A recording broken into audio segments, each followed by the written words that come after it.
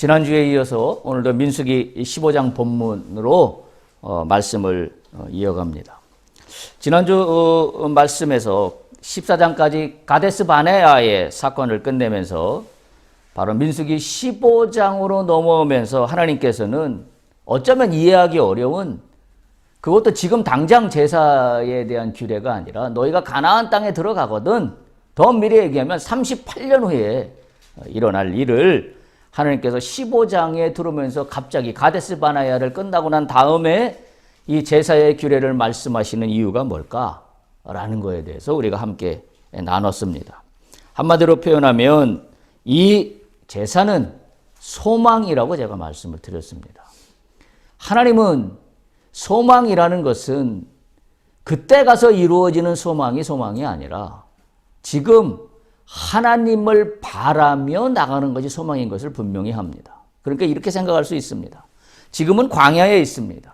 광야에 있지만 이 광야에 있는 이 시간이 소망이 없는 시간일지 보일지는 모르겠으나 물리적으로 볼 때는 소망이 없어 보입니다. 그러나 하나님은 너희가 물리적으로 볼 때 소망이 없어 보이는 이 광야라 할지라도 이 광야에서 여호와를 기대하고 여호와를 바라며 가나안 땅에 들어가서 하나님 앞에 제사를 올릴 그걸 꿈꾸며 나가는 것이 소망입니다. 그러니까 소망은 먼 미래에 실현되는 미래의 동사가 아니라 소망은 현재 광야에서 시작된다는 점을 우리가 분명히 기억할 수 있어야 합니다. 따라서 오늘 나눌 말씀 역시 이 제사의 규례에 대한 말씀인데, 제가 본문을 주시는 의미를 생각해 보며 이런 생각을 하지 않을 수가 없습니다. 우리가 제사를 드린다라고 할 때 우리가 반드시 이 예배에서 있어야 될 세 가지가 있습니다. 그 세 가지가 무엇일까? 다시 말하면 예배에서 반드시 있어야 되는 이 요소가 무엇일까라는 것을, 그렇다고 하면 예배의 가나안 땅에 들어가서 예배 드려야 될 이 요소라면 지금 광야에서 이 요소가 있어야 합니다. 예배는 지금 하나님 말씀하시기에 가나안 땅에 들어가거든 이렇게 제사를 드리라고 말씀하고 있지만, 지금 38년 후에 일어날 이 제사의 규례를 지금 광야에서 지금 이 시점에 우리에게 주시는 이유는 바로 지금부터 이와 같은 예배의 요소로 이 광야를 걸어가라라는 의미를 담고 있기 때문에 그렇습니다. 따라서 지금 예배에서 갖고 있는 기본적인 요소는 예배를 드릴 때 그때 실현되는 그 요소가 아니라 지금 우리의 이 광야의 여정 속에서 녹여놔야 되고 드러나야 되고 하나님 앞에 증거돼야 된다는 사실을 반드시 기억하면서 오늘 말씀을 같이 한번 나눌 수 있기를 바랍니다. 하나님 앞에 제사를 드린다는 것은 쉽게 얘기하면 이런 겁니다. 우리가 마치 식탁을 차리는 것과 마찬가지다. 지금 우리가 읽은 본문의 말씀을 보면 굉장히 복잡합니다. 이럴 때는 이렇게 하고 저렇게 하고 동물도 양도 나왔다, 염소도 나왔다, 숫소도 나왔다, 여러 가지 종류가 나옵니다. 그 다음에 또 곡식도 여러 가지가 나오면서 양도 어떤 때는 이렇게 하고 어떤 때는 저렇게 하고, 이게 무슨 의미일까요? 이게 도대체 왜 이렇게 복잡할까요? 아마 이 말씀은 어디에도 나오냐면 레위기에 자세히 나오고, 또 출애굽기에도 이 말씀이 시작되어서 레위기에서 이 제사의 규례에 대한 얘기가 본격적으로 자세히 기록이 되어 있습니다.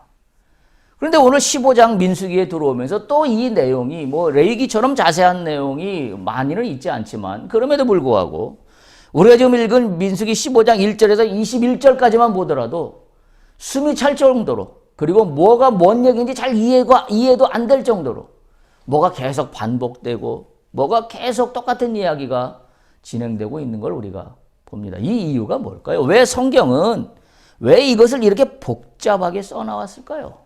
그냥 간단히 38년 후에 너희가 가나안 땅에 들어가거든 제사를 드려라. 제사를 드리는 것은 이럴 때 이런 제사를 드리면 된다라고 얘기하면 충분하지 않겠습니까? 그리고 나서 가나안 땅에 들어가서 자, 이 제사는 이렇게 분량을 준비하고 이러이러한 양을 준비하고 이렇게 해서 드려라 라고 해도 충분히 늦지 않을 거라고 우리는 상식적으로 생각할 수 있습니다. 그런데 하나님은 지금 광야예요. 아직 가나안에 가지도 않았어요. 그리고 가나안에 들어가거든 이렇게 예배 제사드리라는 이야기를 왜 지금 이렇게 자세하게 하고 있을까? 그 이유가 뭘까라는 겁니다. 우리가 성경 통독을 할 때 가장 읽기 힘든 부분이 어디냐면 레위기입니다. 모든 성도들이 레위기를 읽을 때 굉장히 힘들어합니다. 왜냐하면 똑같은 얘기가 계속 반복되거든요. 예. 여기 나온 얘기 같으면 뒤에 또 나오고 뒤에 또 나오고. 우리가 하나님께 제사를 드린다는 것은 식탁을 차리는 것과 같다. 무슨 얘기냐면 우리가 일반 가정에서 고기와 곡식 그리고 포도주로 다양하게 우리가 식탁을 꾸미며 365일을 살아가는 것과 마찬가지로 하나님 앞에 제사를 드릴 때도 똑같은 이치라고 쉽게 이해하면 된다는 사실이에요. 따라서 우리가 가정에서 식탁을 차릴 때도 어떤 때는 진수성찬에 큰 어떤 고기도 넣고 또 여러 가지 음식을 장만해서 식탁을 차릴 때도 있을 때도 있지만 또 어떨 때는 아주 간단하게 또 소위 말해서 김치와 반찬 한두 개만 놓고도 국한 대접에 식탁을 차릴 때도 있습니다. 지금 우리가 제사를 드린다는 것은 그와 같은 의미를 담고 있다는 거예요.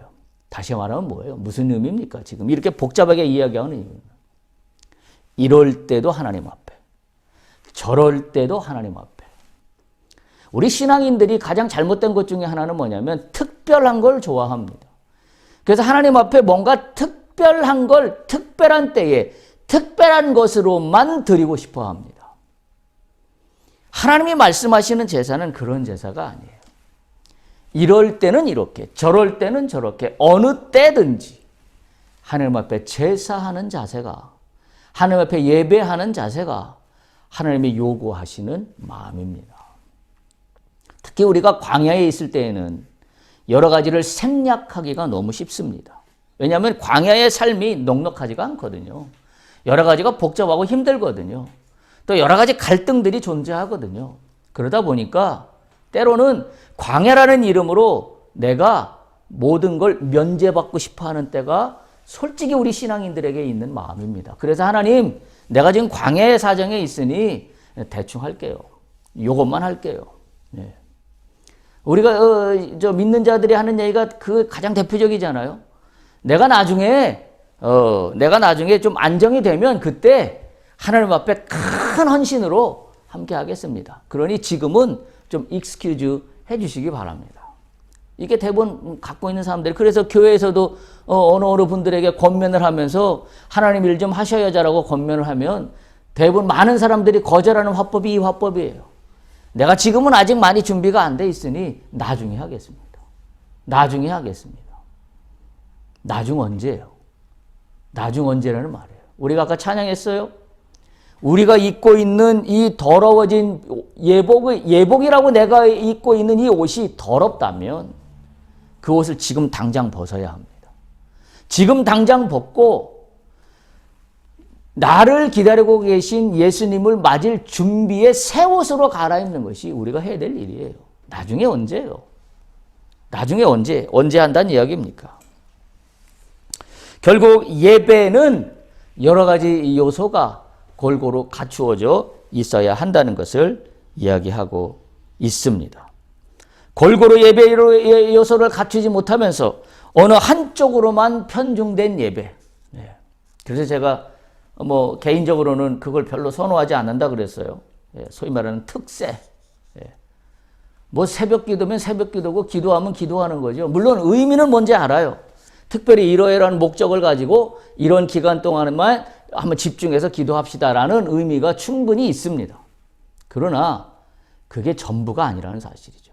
근데 마치 우리가 교회에서 1년의 목회 일정을 짤 때 이 특별 새벽 기도회라는 것을 특별한 의미로 부여합니다.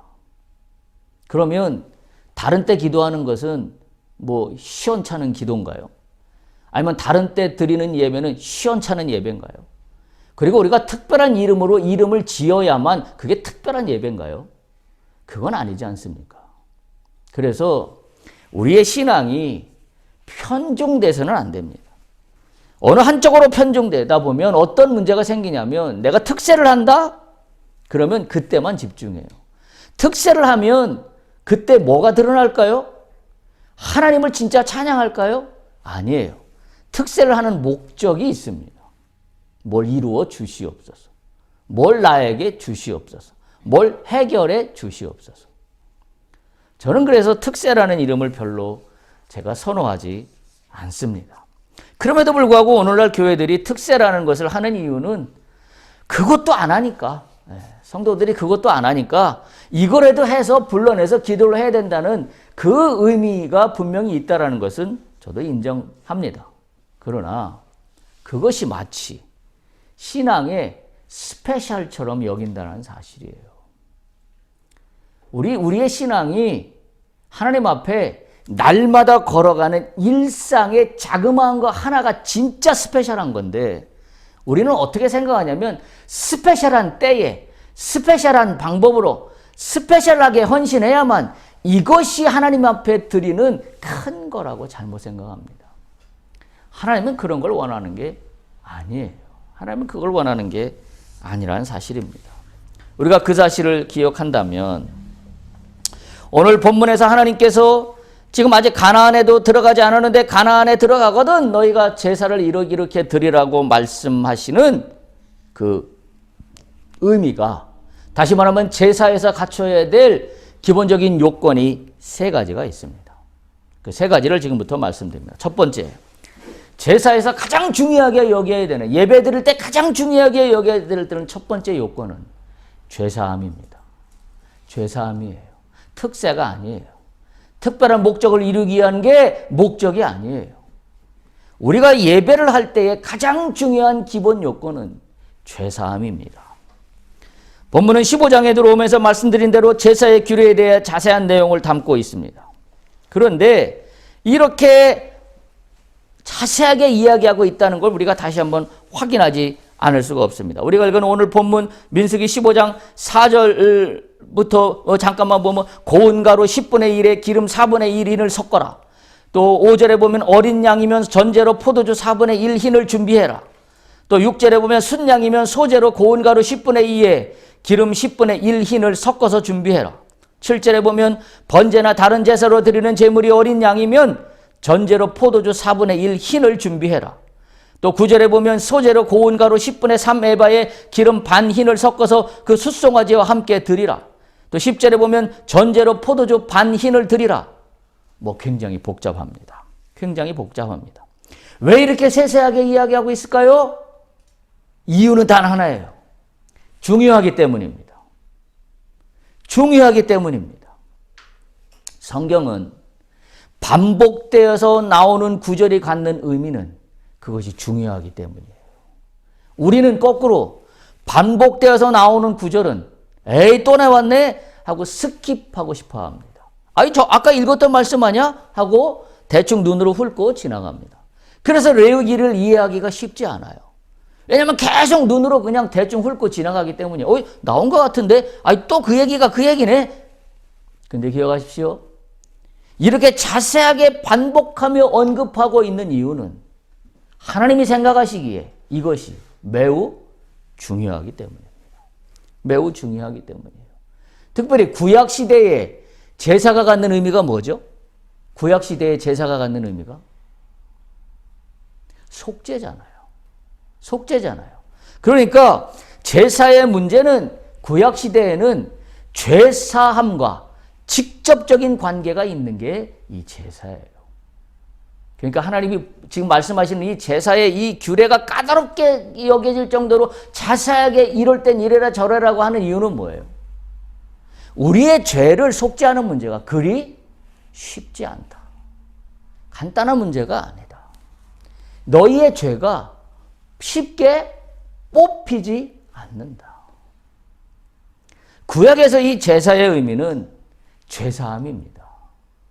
그래서 동물을 잡아서 그 피를 제단 성소 안에 뿌림으로 말미암아 내 죄를 동물에게 전가시킨다 그랬어요. 트랜스퍼하는 겁니다.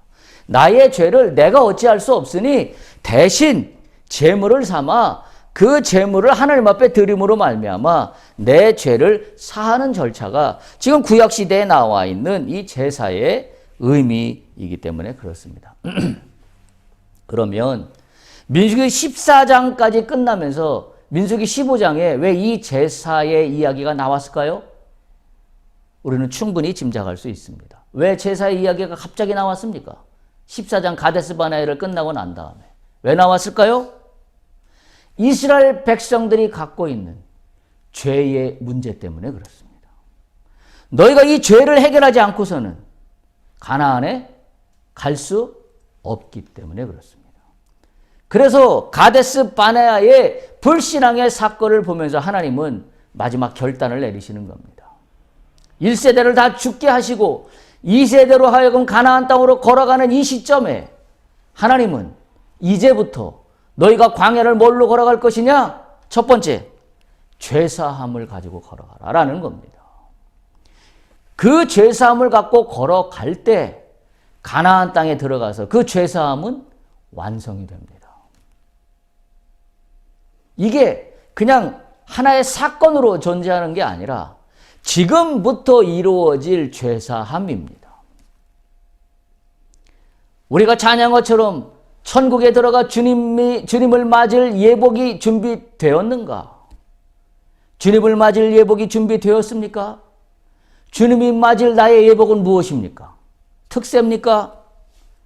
아니면 헌금입니까? 아니면 어디 나가서 봉사한 겁니까? 아니면 어떤 무슨 종교적인 행위입니까? 무엇입니까? 내가 주님을 맞을 예복은 무엇입니까?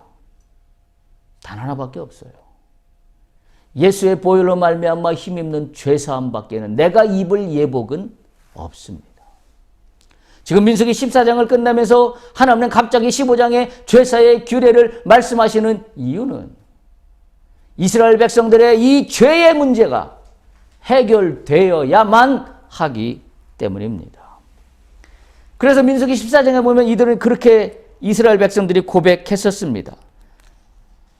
자기들이 이렇게 어려움을 겪는 것은 우리가 죄를 범했기 때문이라고 이야기하고 있습니다. 그런데 사실은 뭐예요? 자신들은 말로는 죄를 범했기 때문이라고 하지만 하나님의 말씀을 듣지 않고 가나안 땅으로 올라갔다라고 이미 우리가 말씀 살펴봤습니다. 그래서 호르마까지 이르러 거기에서 대패했다라는 사실을 우리가 민수기 14장 마지막 끝절에서 우리가 확인할 수 있었습니다. 자신의 죄를 회개한 건가요? 자신의 죄를 회개한 것이 아닙니다. 껍데기만 회개했습니다. 껍데기만 회개했어요. 그래서 하나님이 제가 생각할 때는 죄사의 규례를 다시 한번 말씀하고 있는 겁니다. 너희가 죄를 너희가 속죄했다고 하지만 내가 볼 때는 속죄하지 않았다. 왜? 모세의 이야기도 듣지 아니하고 하나님의 말씀도 믿지 아니하고 자기들 멋대로 자기들 의의만 내세워가며 드리는 제사가 무슨 의미가 있냐라는 거죠. 여러분, 이 자기의 의의가 드러난 대표적인 사람이 우리가 너무 잘 알잖아요. 사무엘서에 시작하는 사울 왕이 그랬지 않습니까? 사무엘 선지자가 진영 가운데 오지 않자 오는 게 지체되자 자기가 하나님 앞에 제사를 드렸습니다. 명분은 분명해요. 우리가 하나님 앞에 제사를 드리고 전쟁을 나가야 되기 때문에, 근데 제사를 드려야 되는 사무엘 선지자가 오지 않기 때문에 내가 대신 제사를 드립니다. 오늘 이스라엘 백성 모습하고 똑같은 겁니다. 구약시대의 제사는 제사장을 통하여 선지자를 통하여 제사를 드려야만 합니다. 그런데 사울은 자신이 제사를 드리는 의의를 드러내고 말았습니다. 그것이 문제인 거죠. 오늘 바로 이 이스라엘 백성들의 문제는 거기에 있다라는 사실입니다. 따라서 하나님이 볼 때 이 제사의 규례가 단지 그냥 제사를 드리라는 어떤 행위의 어떤 규칙을 말씀하는 게 아니라 너희 성의 진정으로 나를 맞을 가나안 땅에 들어간 내가 너에게 허락한 약속의 땅에서 너희가 살아갈 준비가 되었는가라는 물음이고, 그 준비가 되었는가라는 물음의 첫 번째는 죄사함이라는 사실입니다. 우리의 속죄함을 해결하지 않고서는 우리가 천국 예복을 입을 수 없기 때문에 그렇습니다. 그래서 이들은 어떻게 했나요? 죄 문제가 해결되지 않기 때문에 이들이 할 수 있는 일이라는 건 오직 한 가지밖에 없습니다. 불평과 원망입니다. 불평과 원망이에요. 죄의 문제가 해결되지 못하면 나타나는 문제는 불평과 원망밖에 입 밖으로 나올 게 없습니다. 그래서 우리는 늘 다른 사람의 허물만 내 눈에 보입니다. 자신의 허물은 보이지 않습니다. 예수님이 그래서 말씀하셨잖아요. 너희 눈 속에 있는 태산 같은 것은, 그 반석 같은 것은 보지도 못하며 티끌만 보이느냐. 들보를 갖고 있음에도 불구하고 티끌만 보는 우리의 죄성입니다. 오늘 하나님은 이스라엘 백성들의 모습을 보면서 이것을 정확히 찝어내고 있는 거예요. 왜냐하면 이들은 문제를 만날 때마다 불평과 원망으로 치달았습니다. 그리고 그들의 지도자인 모세를 원망하는 것이 그들의 일상의 전부였습니다. 그리고 그걸로 말미암아 오히려 거꾸로 과거로 돌아가고 싶어 했습니다. 그래서 늘 애굽을 그리워하고 그 환상에 사로잡혔습니다. 왜 그럴까? 이 문제가 왜 그럴까요? 죄사함이 해결되지 않았기 때문에 그래요. 내가 누구 때문에 이 자리에 와 있으며, 내가 누구로 말미암아 지금 광야길을 걸어가며 가나안을 향하고 가고 있는지, 그리고 내가 가나안에 가서 하나님 나라의 백성이 된다는 것은 어떤 의미를 담고 있는 건지 전혀 이해하지 못했습니다. 그냥 하나님의 약속이 실현되는 것의 그 과정 중에서만 내가 그냥 버스에 올라탄 거에 불과했습니다. 그러나 하나님이 원하시는 것은 분명했습니다. 너는 나의 백성이라. 너는 나의 백성이다. 따라서 너는 나의 제사장 나라를 이루어갈 초석들이 될 것이다. 라는 것이 하나님이 갖고 있는 본질의 우리를 향한 뜻이에요. 그래서 이스라엘 백성들을 애굽 땅에서 불러내신 겁니다.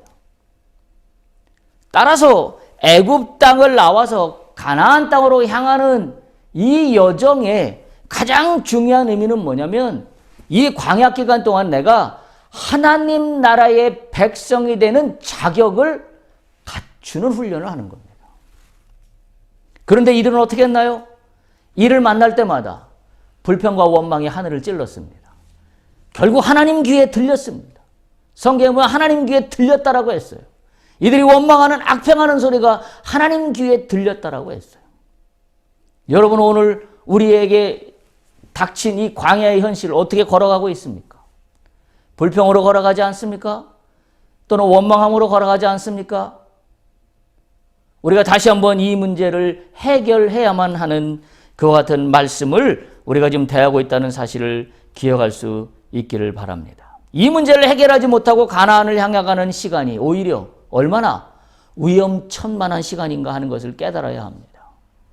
광야에 있는 시간이 물리적으로, 물질적으로 뭔가 내 여건대로, 내 마음대로 이루어지지 않는 것이 힘든 것이 아니라, 우리가 진짜 영적으로 깨어 있어야 되는 문제는 이 광야의 시간 동안에 나의 죄의 문제가 해결되지 않는 거에 애통할 수 있어야 합니다.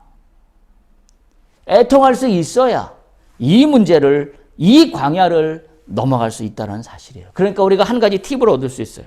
광야는 뭘로 넘어갑니까? 나의 죄에 대한 솔직한 고백으로부터 넘어갑니다. 광야를 넘어갈 때 나의 죄에 대한 철저한 회개와 통회함이 없이는 광야를 넘어갈 수 없습니다. 왜? 가나안 땅에 들어가 봐야 하나님 나라의 백성으로 살지 않을 것이 뻔하기 때문입니다. 따라서 우리가 광야에 있는 동안에 우리가 첫 번째로 해결해야 될 문제는 나의 죄의 문제입니다. 그런데 이 지키기 어려운 제사의 문제를 예수님은 단번에 해결하셨어요. 단번에 해결하셨습니다. 얼마나 감사한 일인지 알 수가 없어요. 저는 그래서 이 민수기 오늘 이 본문을 다시 한번 읽으면서 하나님 예수님에 대한 감사함이 넘쳐났습니다. 이 복잡한 제사를 하지 않고도 그저 나는 예수를 믿기만 하면, 예수를 믿는 믿음으로 말미암아 이 모든 복잡한 제사의 규례를 다 해결해 주셨기 때문입니다. 그게 뭐예요? 예수님이 십자가에서 흘리신 보혈이라는 의미예요. 그래서 우리가 보혈 찬양을 하고 보혈의 의미를 다시 한번 새기는 의미가 여기에 있다는 사실입니다. 예수님은 이 어려운 제사를 통하지 않고도 우리가 하나님 앞에 나갈 수 있도록 단번에 한 번에 해결하셨습니다. 또 해결해야 되고 또 해결해야 되고 또 해결해야 되는 문제가 아니라 단번에 해결하셨습니다. 그 단번에 해결하신 방법은 뭐예요? 당신이 직접 십자가에 죽으심으로 말미암아 우리로 하여금 우리를 대신하여 죽으신 예수님을 믿기만 하는 일로 모든 것을 다 해결하게 하셨기 때문입니다. 그래서 신학적으로 이걸 뭐라고 표현하냐면 단번에 한 번에 드려진 제사라고 그렇게 이야기를 합니다. 단 한 번으로 해결하신 겁니다. 단 한 번으로. 이 이야기를 가장 잘 설명하고 있는 본문이 어디냐면 우리가 오늘 본문으로 삼고 있는 히브리서 9장 11절에서 22절에 있는 말씀입니다. 히브리서 9장 11절에서 22절은 한마디로 얘기하면 제사함의 원리가 무엇인가라는 것을 이야기하고 있습니다. 11절에 보면 이렇게 시작해요. 그리스도께서 장래 좋은 일의 대제사장으로 오사. 그리스도께서 누구로 오셨다고요? 제사장으로 오셨어요. 제사장의 역할이 뭐예요? 제사 드리는 겁니다. 그러니까 예수 그리스도께서 우리의 제사장으로 오셨기 때문에 예수님이 하신 방법으로 우리가 그대로 믿기만 하면 우리는 모든 죄의 문제를 해결한다라는 것이 바로 이 죄사함의 원리의 시작입니다. 그래서 12절에 보면 염소와 송아지의 피로 하지 아니하고 오직 누구의 피로? 자기의 피로. 영원한 속죄. 이게 핵심이에요. 그래서 신학적으로 이걸 뭐라고 표현하냐면 단 한 번의 피 흘림으로 단 한 번의 피 흘림으로 영원한 속죄를 주신 사건이 예수님의 십자가 사건이다. 그걸로 말미암아 우리는 우리의 이 죄의 문제를 해결했다. 이렇게 이야기하고 있는 겁니다. 그래서 단번에 성소에 들어가셨다. 예전에는 단번에 성소에 들어가지 못했습니다. 동물마다 때마다 일마다 여러 가지 방법을 통하여 동물을 잡고 그리고 그 절차를 거쳐서 성소 안에 들어갔는데 이제 우리는 어떻게 되었다고요? 예수 그리스도를 믿는 믿음으로 말미암아 그분이 흘리신 피를 믿는 믿음으로 말미암아 단번에 우리는 성소 안으로 들어갔습니다. 성소 안으로 들어갔다는 얘기는 뭘 얘기하나요? 하나님을 만난다라는 이야기입니다. 그게 성소 안에 들어갔다는 이야기예요. 13절 보면 염소와 황소의 피와 및 암소가지의 죄를 부정한 자에게 뿌려서 그 육체를 정결하게 하여 거룩하게 하였다. 부정한 자에게 그 피를 뿌려서 정결하고 거룩하게 하였다. 이걸 누가 하셨다고요? 예수께서 우리를 위하여 한 번에 하신 겁니다. 14절 이렇게 얘기합니다. 하물며 영원하신 성령으로 말미암아 흠없는 자기를 하나님께 드린 그리스도의 피가 어찌 하나님 앞에 나가지 못하게 하겠느냐라고 14절에 이야기하고 있습니다. 그러니까 뭐예요?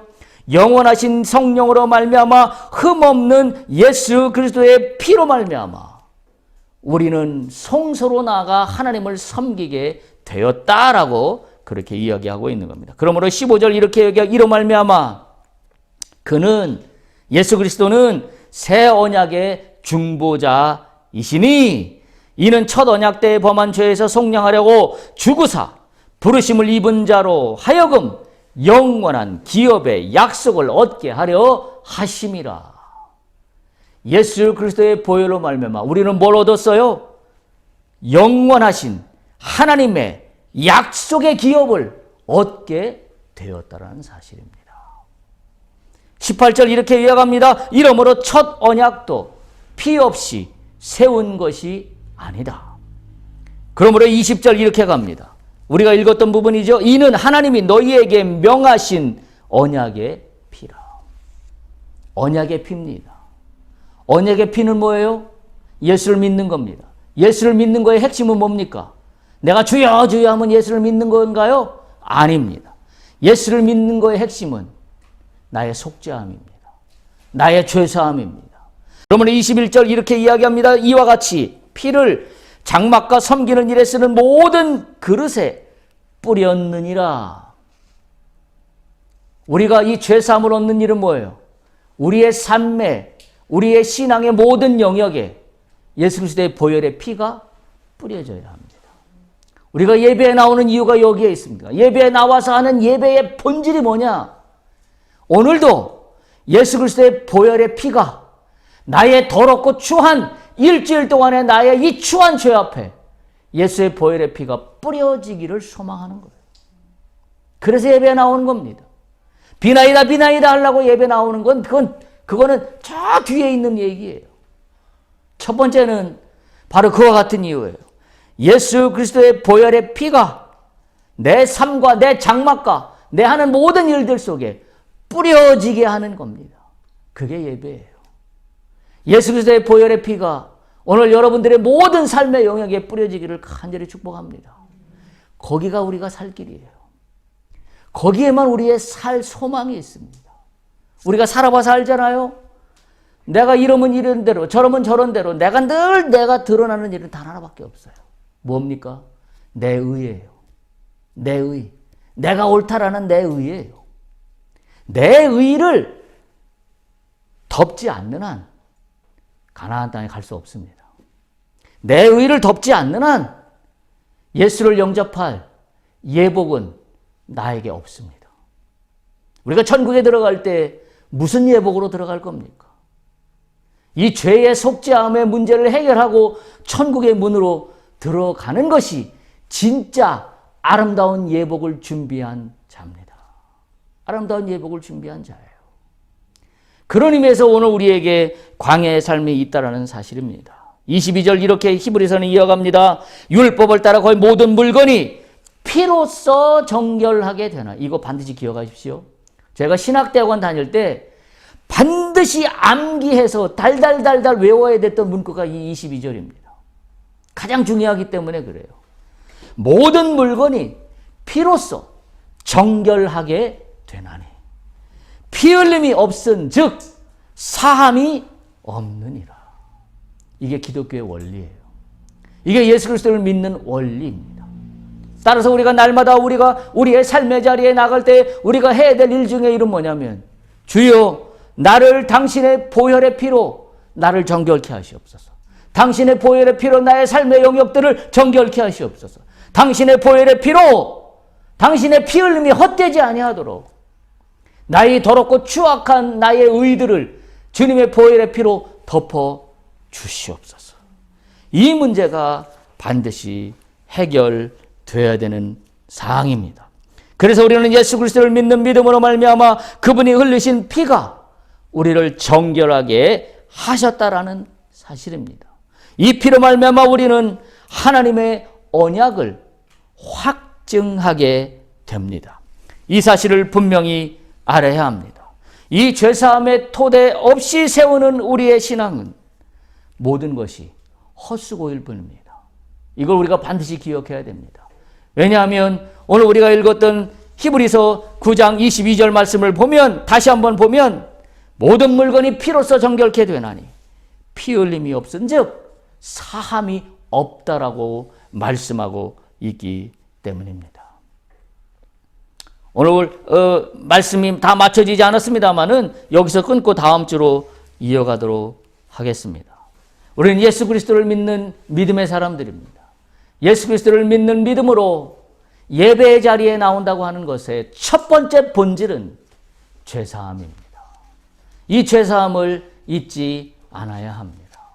이 죄사함이 있어야만 하나님께서 약속하신 언약의 피, 그리고 그 피를 밟고 넘어가는 가나안 땅이 우리에게 주어지기 때문에 그렇습니다. 여러분 모두에게 이 죄사함의 은혜가 넘쳐나기를 간절히 축복합니다. 이 말씀을 다시 한번 기억하십시오. 피로써 모든 것이 정결하게 되나니 피 흘림이 없은즉 사함이 없느니라. 오늘도 우리는 주 앞에 나갑니다. 오늘 우리는 주님의 은혜로 말미암아 삶의 자리에 나갑니다. 다시 한번 주님의 이름으로 부탁드립니다. 여러분의 의를 죽이십시오. 여러분의 의가 살아나면 살아날수록 내가 정당화되는 게 아니란 사실이에요. 나를 죽이고 나의 죄를 속죄하십시오. 회개하십시오. 어떻게 회개해요? 예수의 이름으로, 예수의 이름으로, 예수의 보혈의 능력으로 내가 나의 죄를 속죄하는 일이, 그것이 뭐라고요?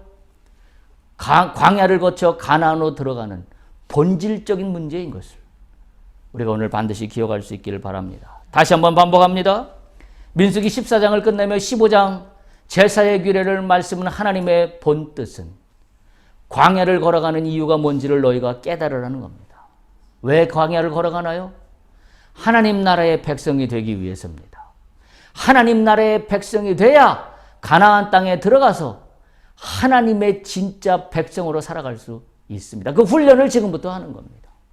그 하나님 나라의 백성이 되는 첫 번째 훈련의 본질은 나의 속죄함입니다. 나의 죄를 사하는 문제입니다. 이 문제를 소홀히 하지 않기를 주님의 이름으로 간절히 부탁드립니다. 할렐루야.